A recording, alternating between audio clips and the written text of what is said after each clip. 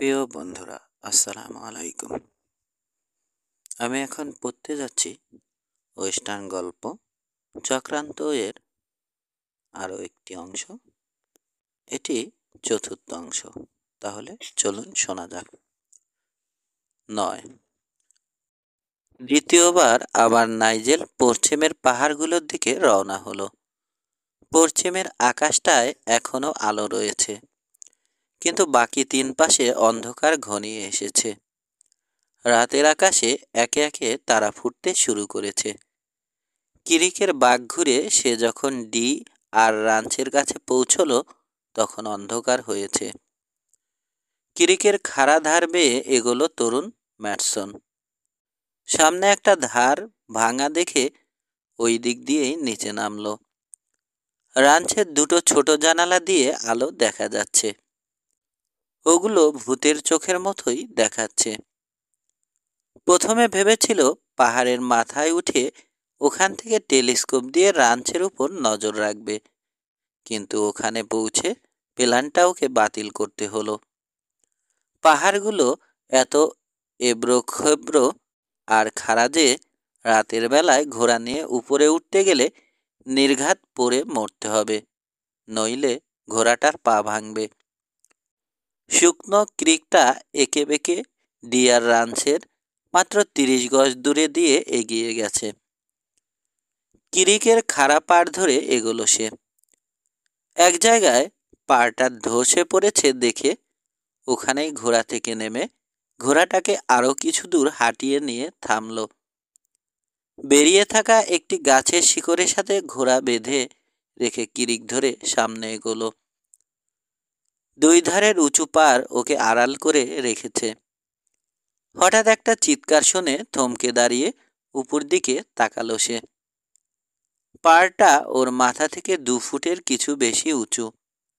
একটা মেসকিট গাছ পাড়ের কিনার ঘেঁষেই জন্মেছে। লাফিয়ে গাছের গুড়িটা শক্ত হাতে ধরে নিজেকে টেনে একটু উপরে তুলে উকি দিল নাইজেল। লোকজনের ব্যস্ত চলাফেরা নজরে পড়ল। ছায়ার মতো দেখা যাচ্ছে। মনে হলো ওরা কোথাও যাওয়ার জন্য তৈরি হচ্ছে। আবার নিচে নেমে পকেট থেকে ছুরি বের করে 2.5 ফুট উঁচুতে পা রাখার জন্য দুটো গর্ত খুলল। এবার মেসকিট গাছটার সাহায্যে একটু উপরে উঠে গর্তে পা ঢুকিয়ে দাঁড়ালো সে।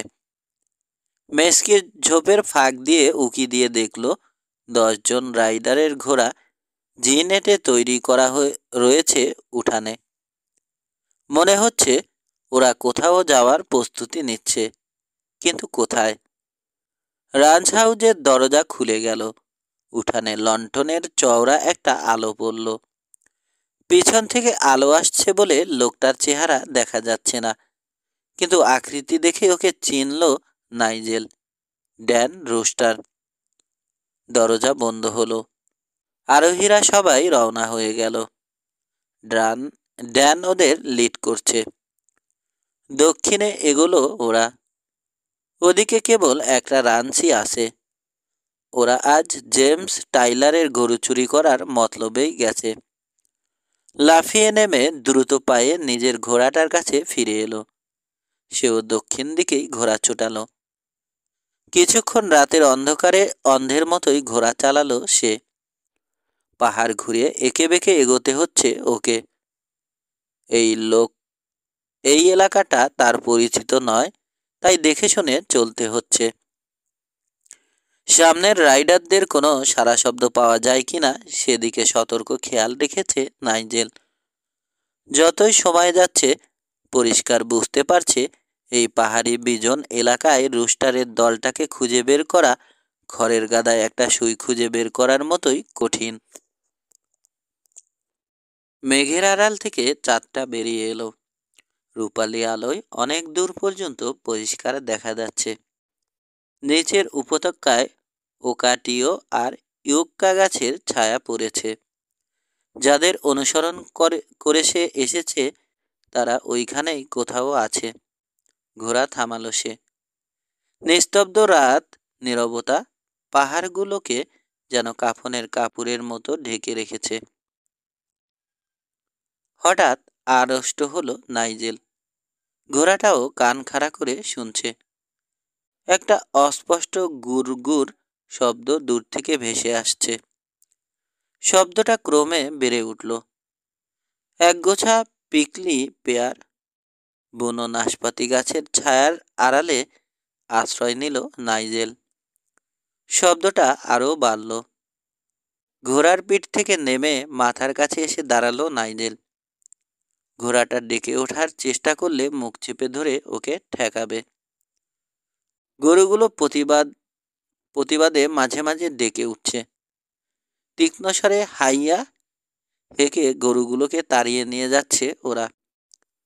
চাঁদের আলোয় স্পষ্ট দেখল গরুর সংখ্যা অন্তত 200 হবে।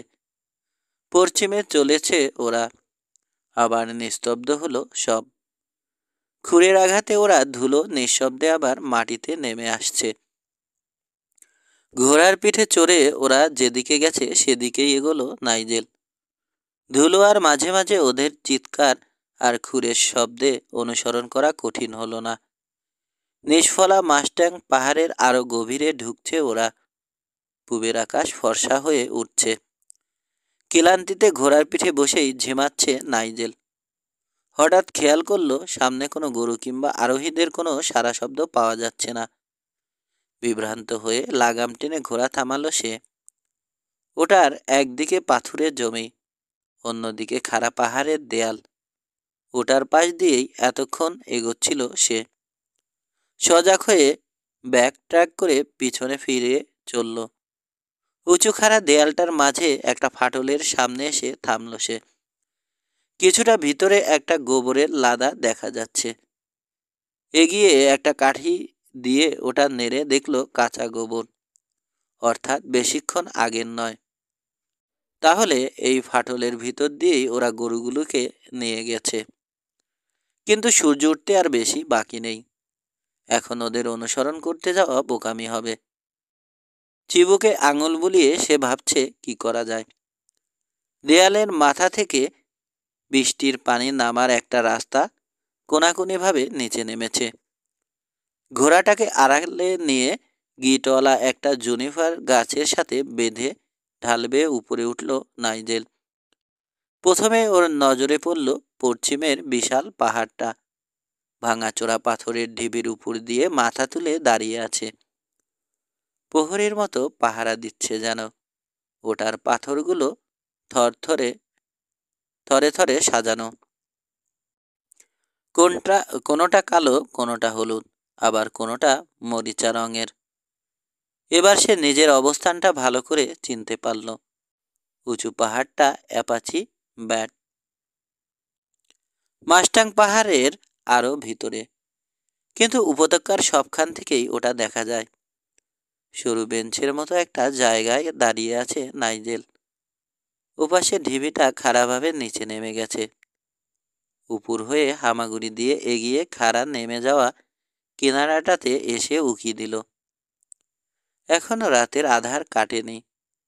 কিছুক্ষণ অপেক্ষার পর আধার কেটে গেল। নিচে একটা ক্যানিয়ন এঁকে বেঁকে চলে গেছে। এত দূর থেকে পিঁপড়ের মতোই দেখাচ্ছে গরুগুলোকে। এটাই তাহলে গরুচোরদের গোপন আস্তানা। বিভিন্ন রাঞ্চ থেকে গরু চুরি করে এখানে জড়ো করে, তারপর সংখ্যায় ভারী হলে ওগুলোকে নিয়ে সীমানা পার করে দক্ষিণে নিয়ে যায়। ওখানে মানানাল্যান্ডে অনেক ক্রেতাই আছে যারা সস্তা দামে গরু পেলে গরুর ব্যান্ড বা বিল অফ সেল এর তোয়াক্কা করে না। এখন তার কাছে রুস্টারের বিরুদ্ধে প্রমাণ রয়েছে। পাহাড়ের আড়ালে বসে এখন তার করণীয় কি সেটাই ভাবছে নাইজেল। এটা আইনের ব্যাপার।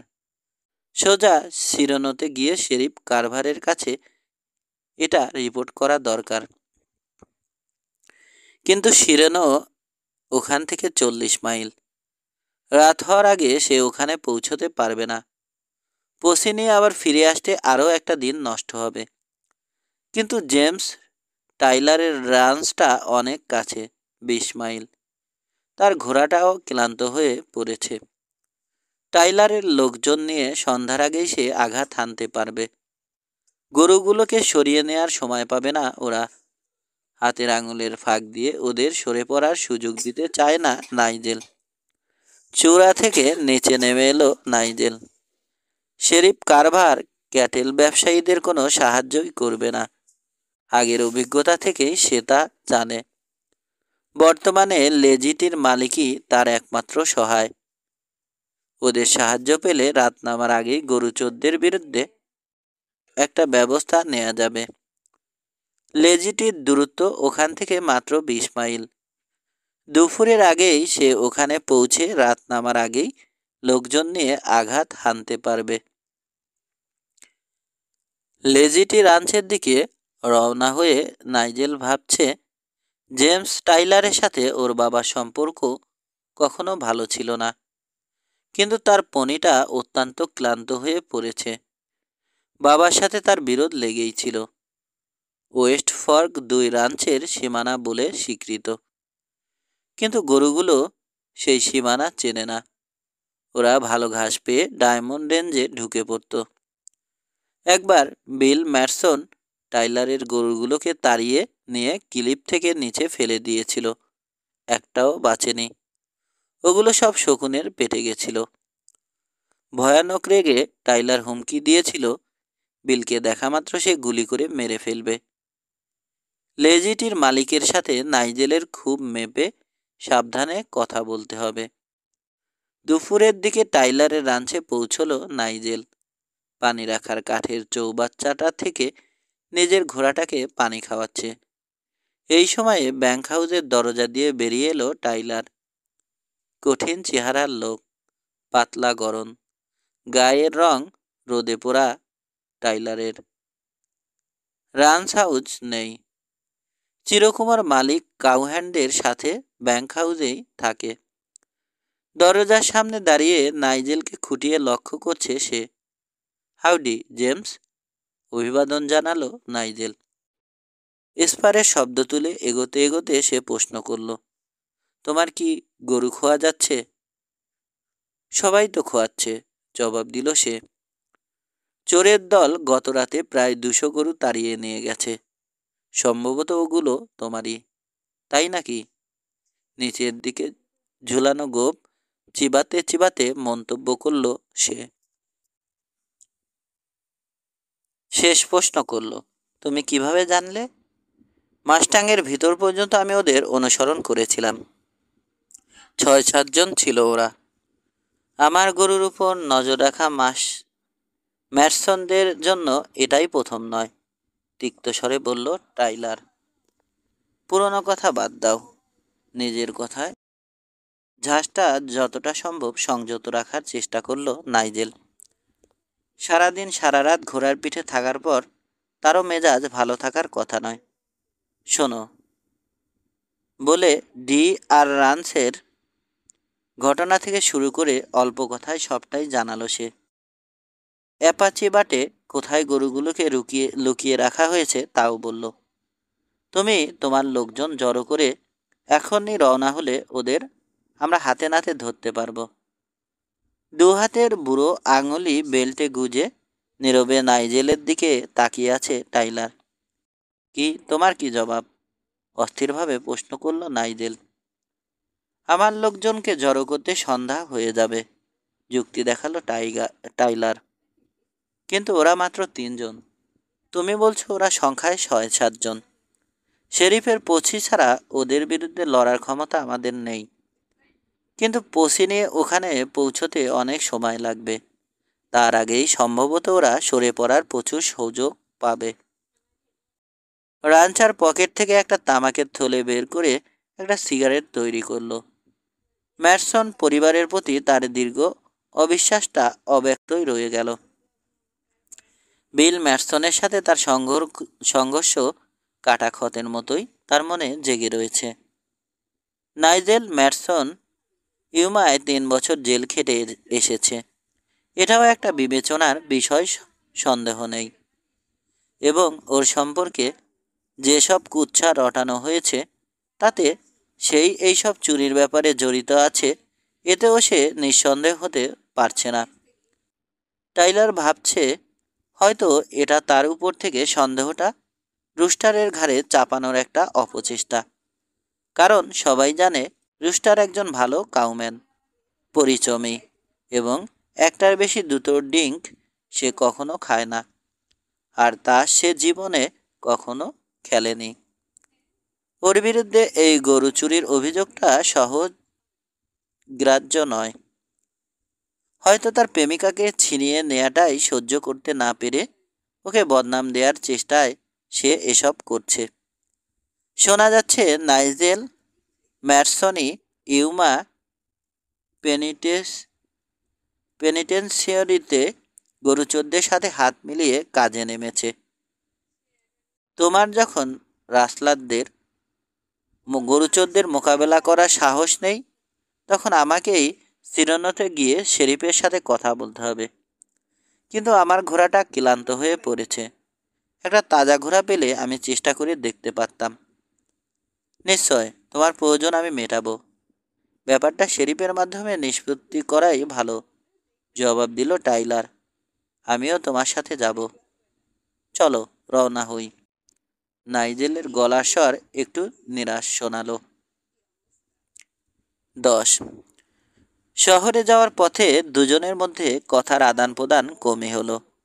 নাইজেল ক্লান্ত, আর টাইলার স্বভাবতই কম কথার মানুষ। কারভারের অফিসে পৌঁছে কাউম্যানদের রিসিপশনে পেল ওরা। কারভারের চোখে কাউম্যানরা তার রাজনৈতিক প্রতিপক্ষ।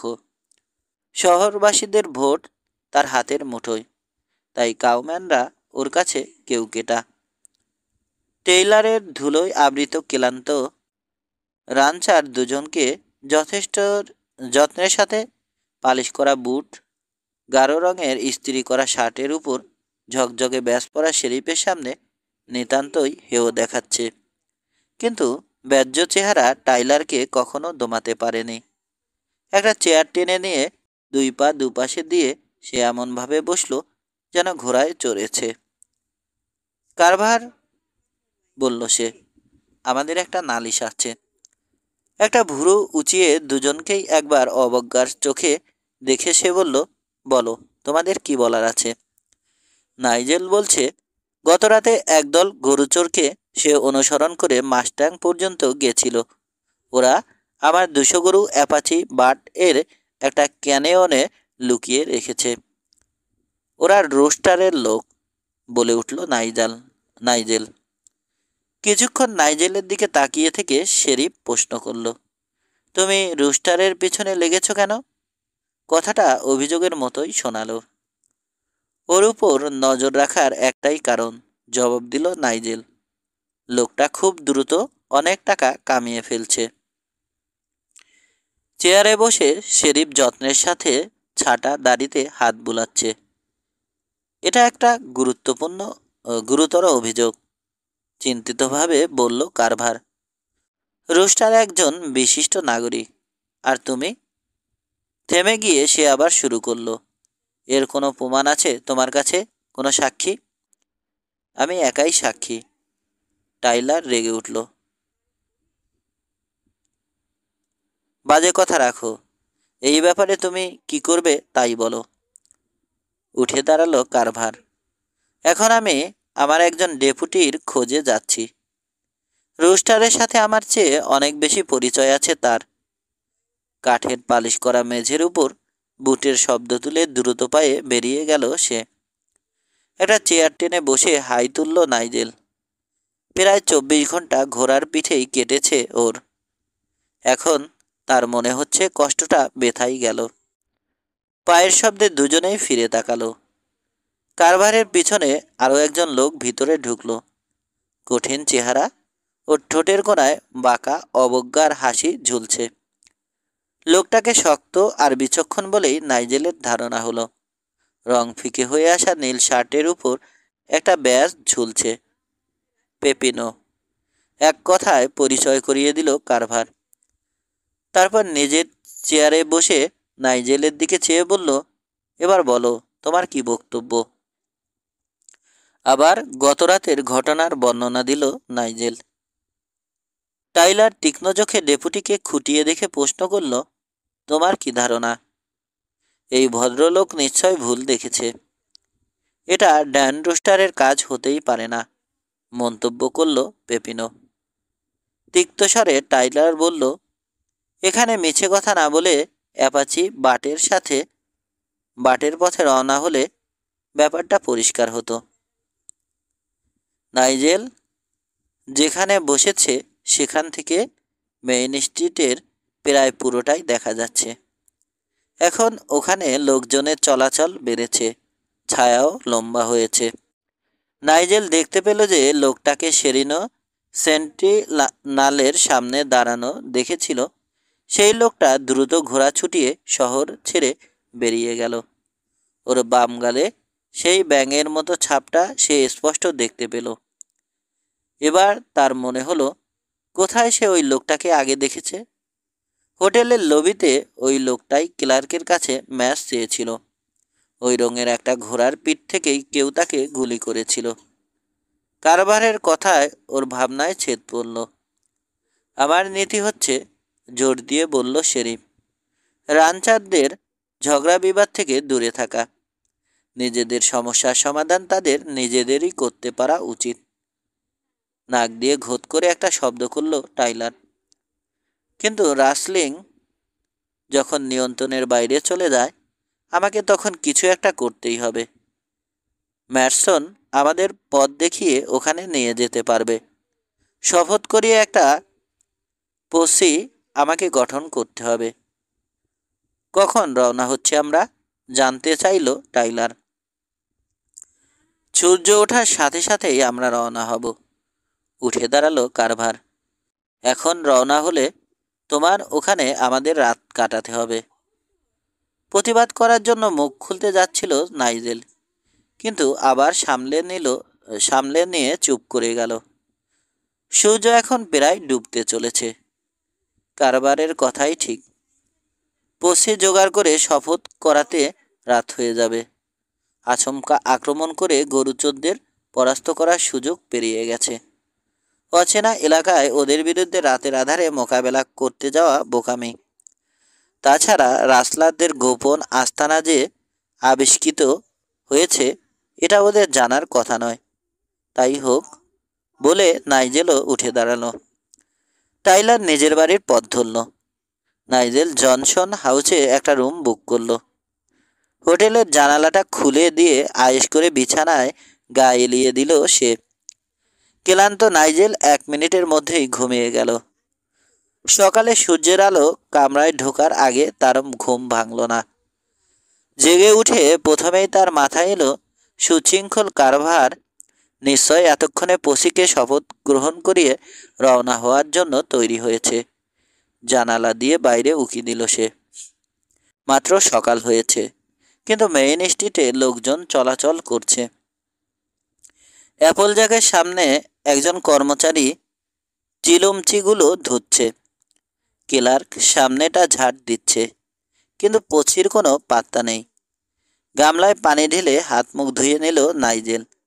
তারপর 2 দিন শেভ না করা দাড়ির উপর বিরক্তির সাথে হাত বুলালো। 8 ঘন্টার মধ্যে নাস্তা সেরে ঘোড়া নিয়ে তৈরি হয়ে কোর্ট হাউসের দিকে এগোলো, কিন্তু ওখানেও কোনো চাঞ্চল্য দেখতে পেল না।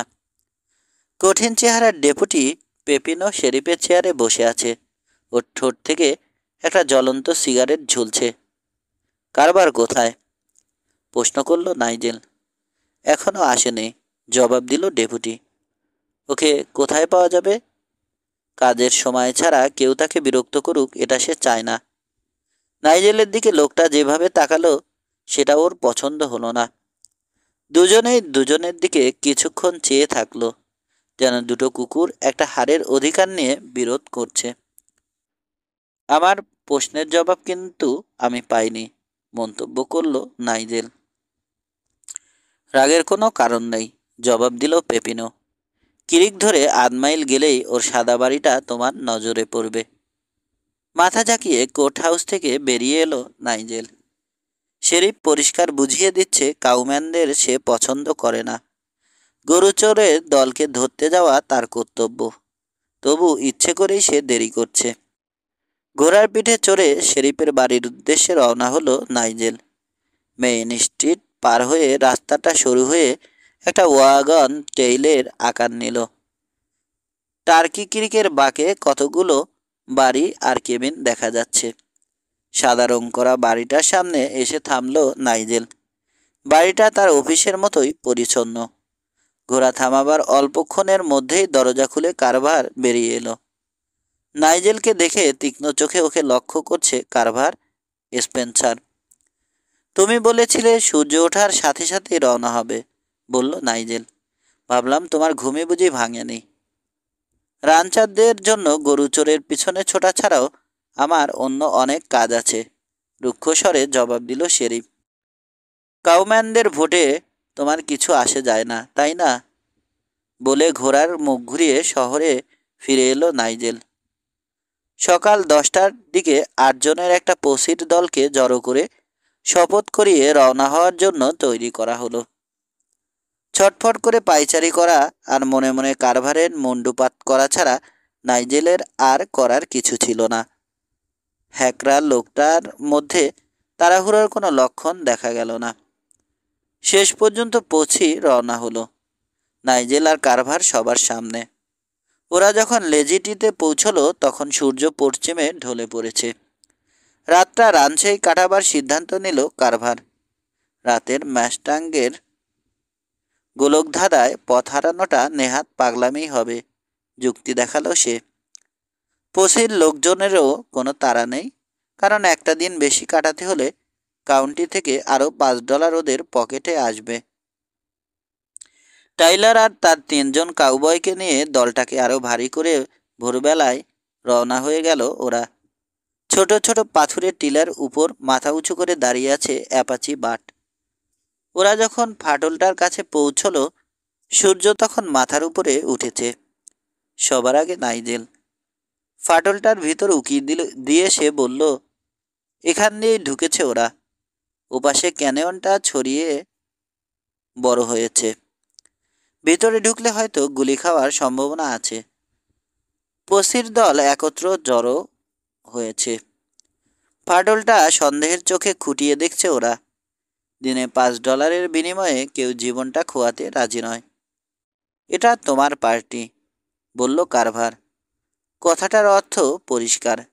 নাইজেলই ওদের এখানে নিয়ে এসেছে, তাই প্রথমে ঢোকা তারই দায়িত্ব।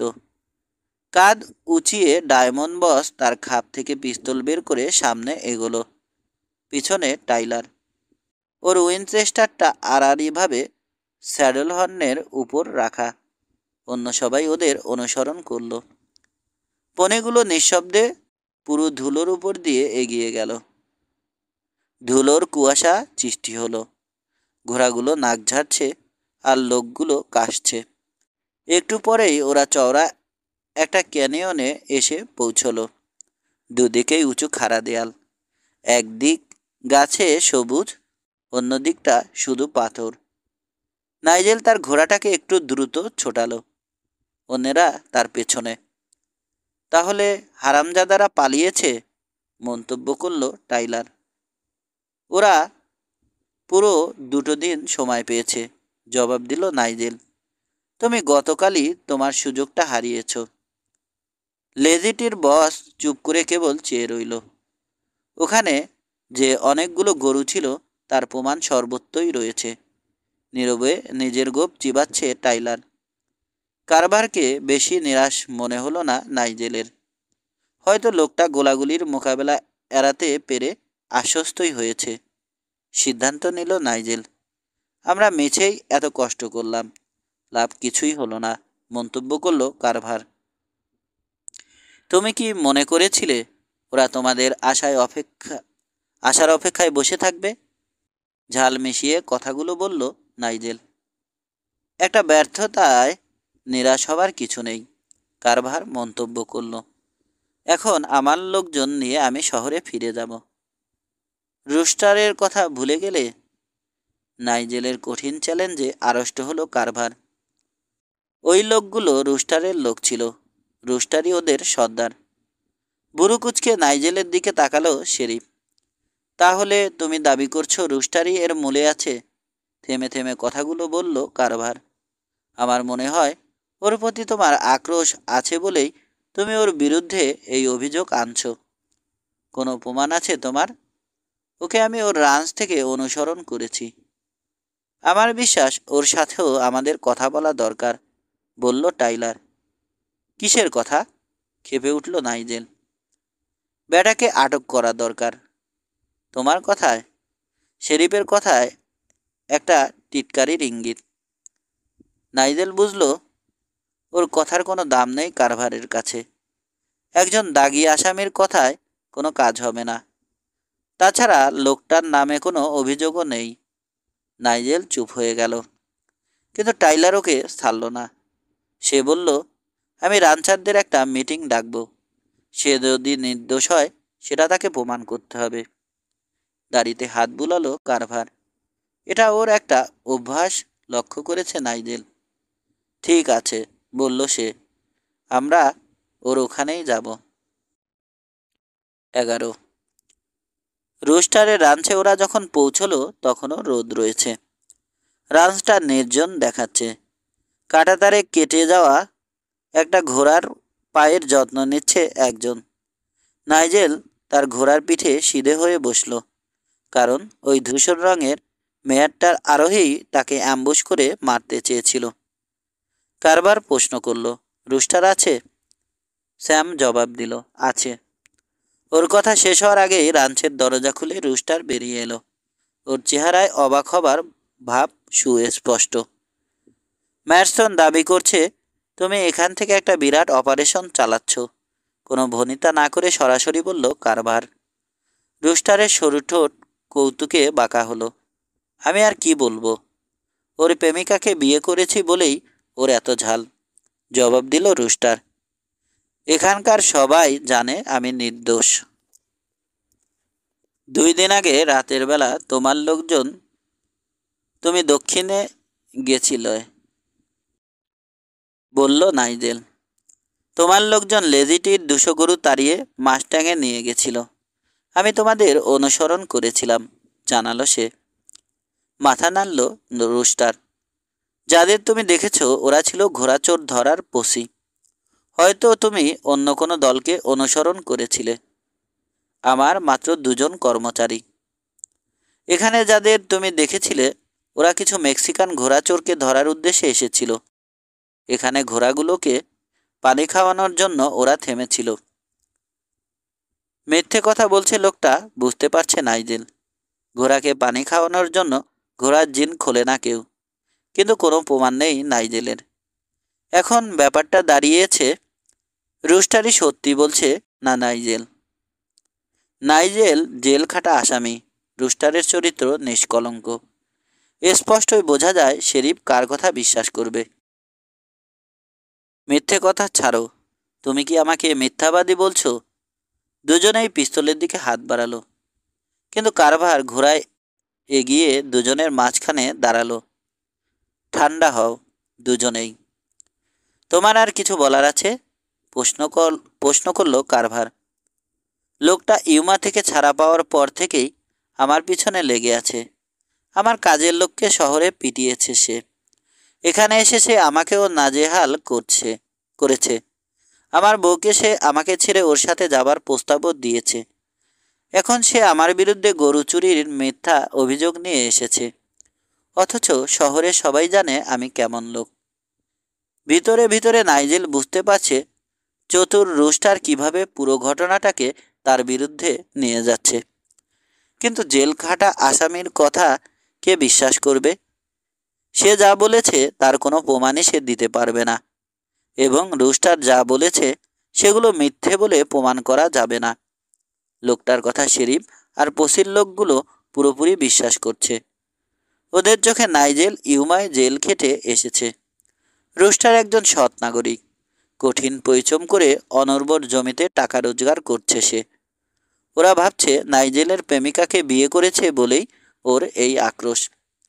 কিন্তু নাইজেল ভাবল একটা টেক্কা তার হাতে রয়েছে। বলল, জিনেকে ডাকো, ওর কাছ থেকেই সত্যি কথাটা জানা যাবে। মার খাওয়ার পর সে নিশ্চয় স্বামীর বিরুদ্ধে সাক্ষ্য দেবে।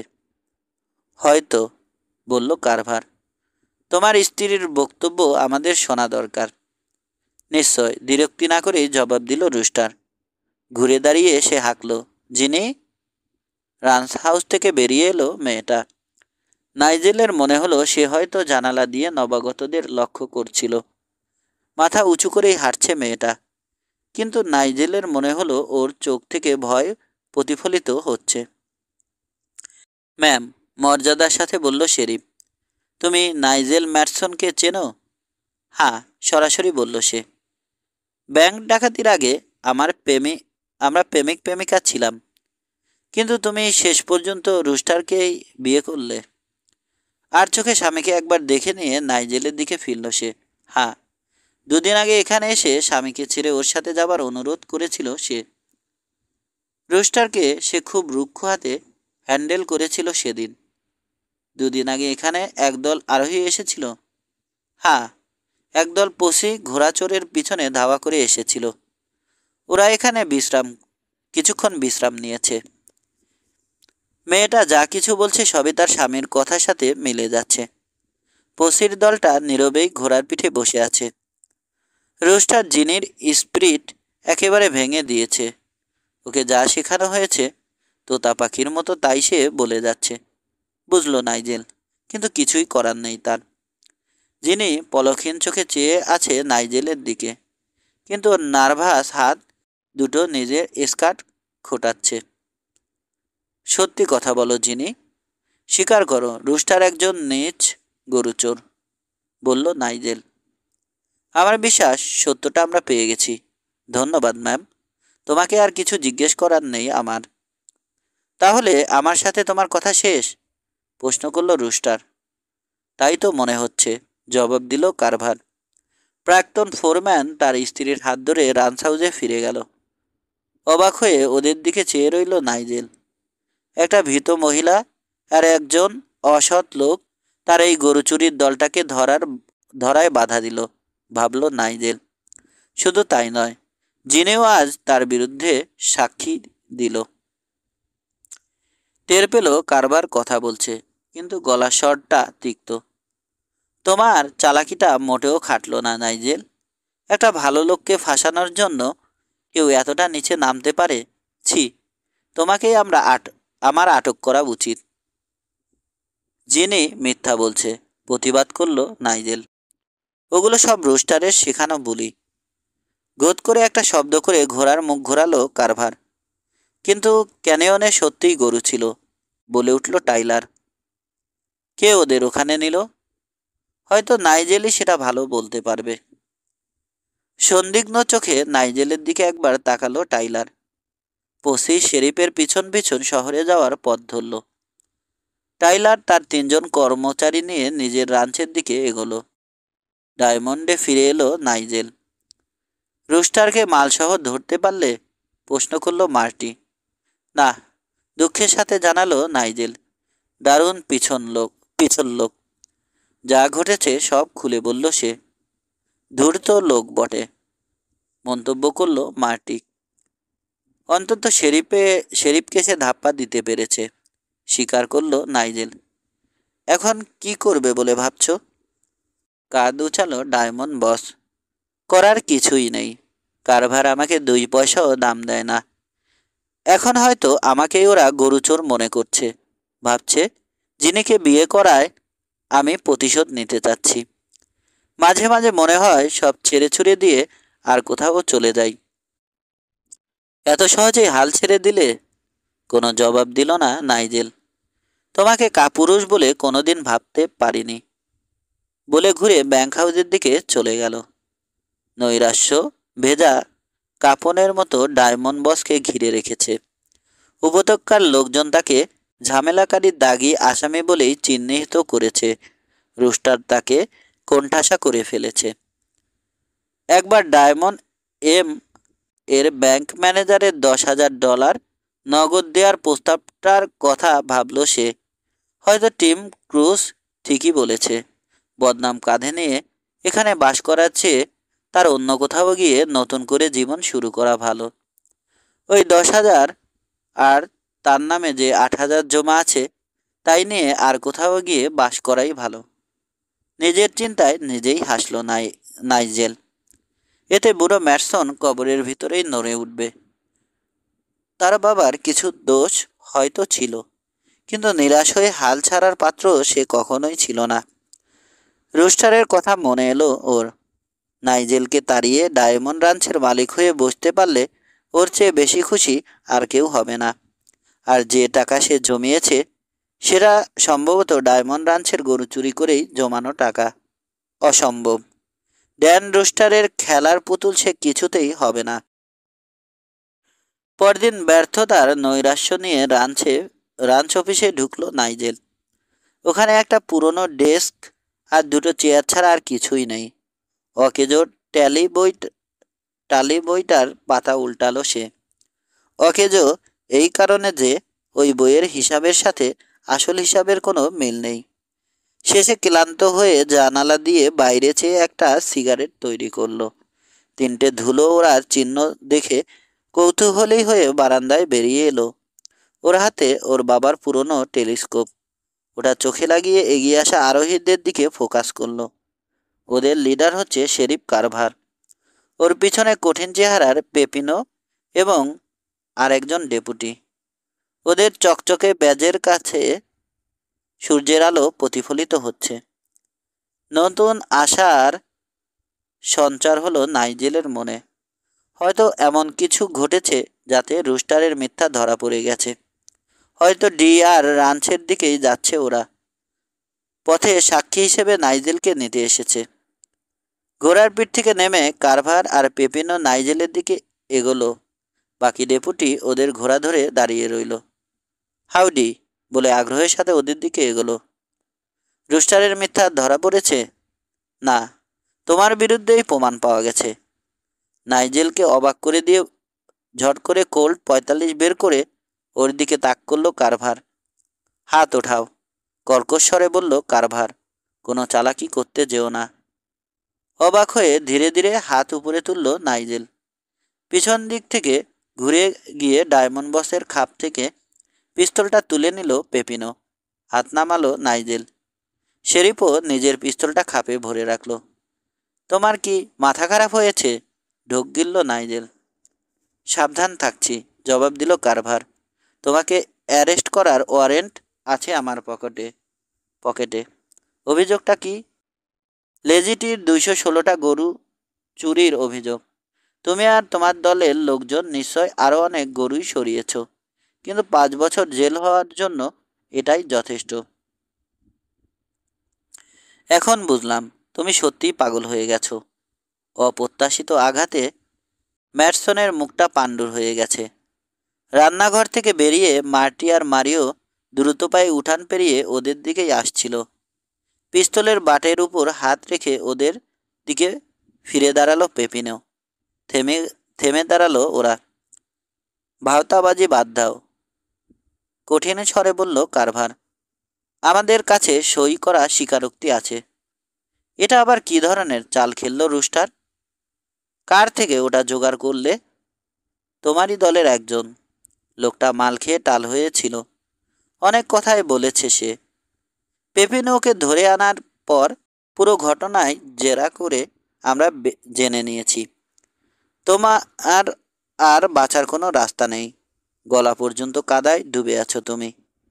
নাইজেলের মাথা এখন কাজ করতে শুরু করেছে। আরেকটা সাজানো কেস। একবার ইউমাতে ওকে জেল কাটিয়েছে, আবারও সেই চেষ্টা করছে। কিন্তু চাষটা কিনা জানা পর্যন্ত তার কিছুই করার উপায় নেই। আমার বিরুদ্ধে চুরির অভিযোগটা কে এনেছে? লোকটার নাম জিঞ্জার। ওর নামও কখনো শুনিনি আমি। শুনবে। লোকটা যখন জুরির সামনে সাক্ষী দিবে তখনই শুনবে। চলো রওনা হওয়া যাক। মার্টি, হাঁকলো নাইজেল। আমার ঘোড়াটা সাজো। তারপর সোজা শহরে গিয়ে আর্থার বেইটসকে বলো আমি আবার ঝামেলায় পড়েছি, ওকে আমার বিশেষ দরকার।